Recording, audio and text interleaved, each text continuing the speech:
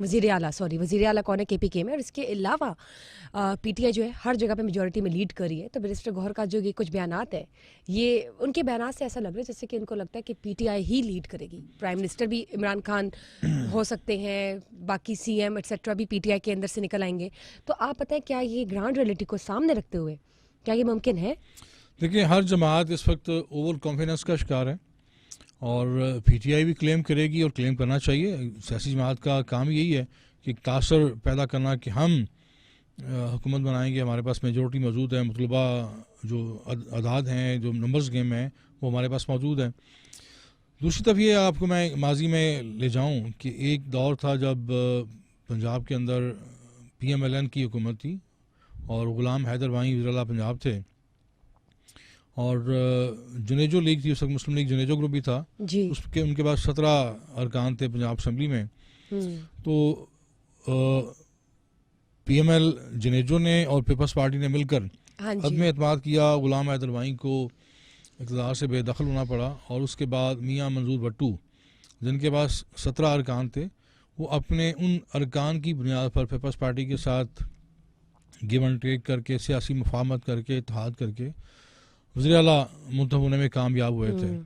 اب اس سارے سیاسی جو جوڑ توڑ کی سیاست ہے، اس میں آصف علی زرداری یقیناً کوشش کریں گے کہ میں ایسی بارگیننگ کروں اور اس پوزیشن پہ لے آؤں پی ایم ایل این کو کہ جو وزارت عظمیٰ کا اہم ترین آئینی منصب ہے وہ پیپلز پارٹی کو مل جائے. چونکہ یہ جو حالیہ حکومت تھی پی ڈی ایم کی، اس میں دونوں جو میجر پارٹنر تھے پی ایم ایل این اور پیپلز پارٹی، اور اس میں پیپلز پارٹی کو یہ زوم تھا، یہ خوش فہمی تھی کہ نیکسٹ جو ٹرن ہے وہ ہماری ہوگی وفاق میں. جی. تو انہوں نے دانستہ وزارت خارجہ کا جو منصب ہے وہ قبول کیا تھا بلاول کے لیے. اس میں ظاہر ہے آپ کی گرومنگ ہوتی ہے، آپ اسٹیبلش ہوتے ہیں عالمی سطح پر، آپ کی مختلف جو ہیں ریاستوں میں آپ جاتے ہیں بطور وزیر خارجہ، آپ کے وہاں لوگوں کے ساتھ ایک تعارف ہوتا ہے اور آپ سیکھتے ہیں، لرن کرتے ہیں.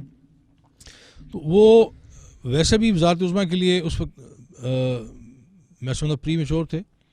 اب وہ کوشش کریں گے آصف علی زرداری کے سارے معاملے میں وہ اپنے لیے ایک بڑا سیاسی فائدہ حاصل کریں اور بلاول کو وزیر اعظم بنانے کی وہ پوری کوشش کریں گے. یہ سیاستدان جب بیٹھتے ہیں تو پھر میں ایک بندر بانٹ ہوتی ہے، گیو اینڈ ٹیک ہوتا ہے. یہ اپنا اپنا چارٹر آف ڈیمانڈ رکھتے ہیں. ہر پارٹی کوشش کرتی ہے کہ میں زیادہ سے زیادہ ارن کروں اس سارے جو ہے ایک ایڈونچر میں زیادہ حاصل کروں، زیادہ فائدہ لوں اپنی پارٹی کے لیے، اہم ترین عہدے لوں. اور پی ٹی آئی اگر اپنا دروازہ بند کر کے بیٹھی رہے گی تو پھر میں سمجھتا ہوں کہ آلریڈی پی ٹی آئی نے بہت سارے محاذ کھولے ہوئے ہیں، اور آپ نے اپنے تمام جو سیاسی مخالفین ہیں ان کو آپ نے متحد کر دیا ہے. میں سمجھتا ہوں کہ عمران خان کو اس میں سے رستہ تلاش کرنا چاہیے. اگر آپ کو لگتا ہے کہ سیاسی طور پر کسی پیپلز پارٹی کے ساتھ ہی چلے، اگر فارم میں، دیکھیں بات یہ ہے کہ سیاست میں نے آپ کو پہلے عرض کیا نا کہ آپ اپنی سچویشن کے مطابق اپنے لیے رستہ تلاش کریں. ٹھیک ہے. آپ اس وقت زندان میں ہیں، آپ کے بہت سارے اور پارٹی جو فیلوز ہیں، آپ کے ساتھی ہیں، وہ قید خانوں میں ہیں، قید کاٹ رہے ہیں.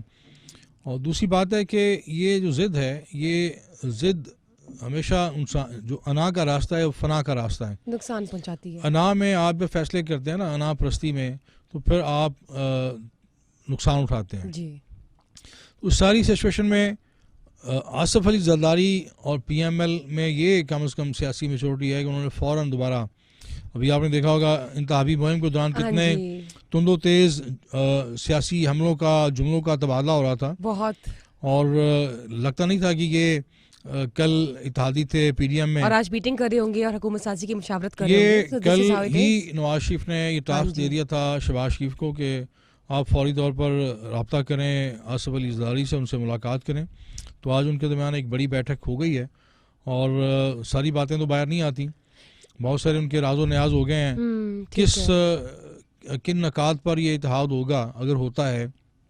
اور میں آپ کو بتاؤں، یہ پیپلز پارٹی کچھ رابطے ہوتے ہیں جو اعلانیہ ہوتے ہیں, کچھ رابطے ہوتے ہیں جو خفیہ ہوتے ہیں.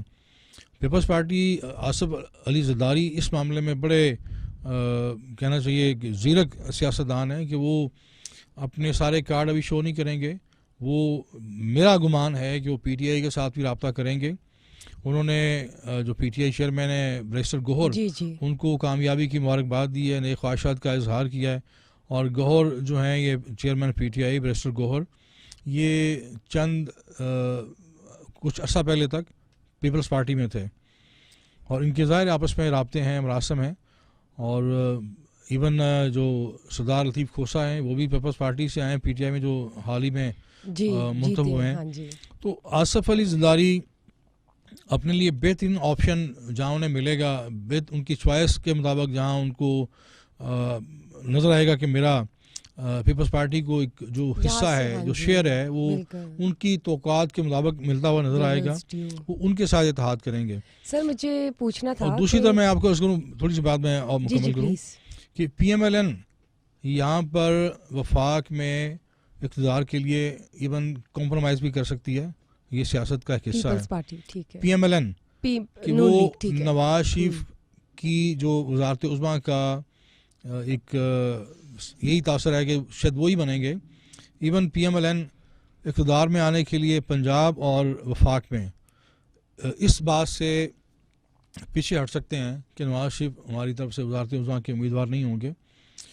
اور پچھلے دنوں جس قسم کی قیاسرائیاں بھی چل رہی تھیں کہ یہ کہا جا رہا تھا کہ جو مقتدر حلقے ہیں ان کا یہ وہ اس بات کے خواہاں ہیں کہ میاں نواز شریف کی بجائے پی ایم ایل این سے کوئی اور وزارت عظمیٰ کا امیدوار سامنے آئے. برکیف اس میں ہمیں بہت بڑا جو فیکٹر ہے وہ یہ ہے کہ جو ہمارے جن کے پاس طاقت ہے, اختیار ہے, وہ بھی بڑا اس میں عمل دخل ان کا ہوگا.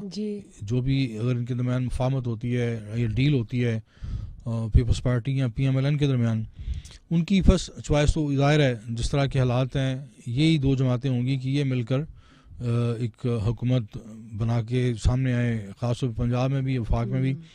لیکن کے پی کے میں ظاہر ہے پی ٹی آئی سنگل لارجسٹ پارٹی سامنے آئی ہے. سندھ میں بھی یہی صورتحال ہے. بلوچستان میں نے آپ کو کل بھی کیا تھا کھچڑی پکی ہے, وہاں بدقسمتی سے کئی دہائیوں سے کھچڑی پک رہی ہے اور وہاں پھر کھچڑی تیار ہے اور اس سے کئی لوگ مستفید ہوں گے باری باری.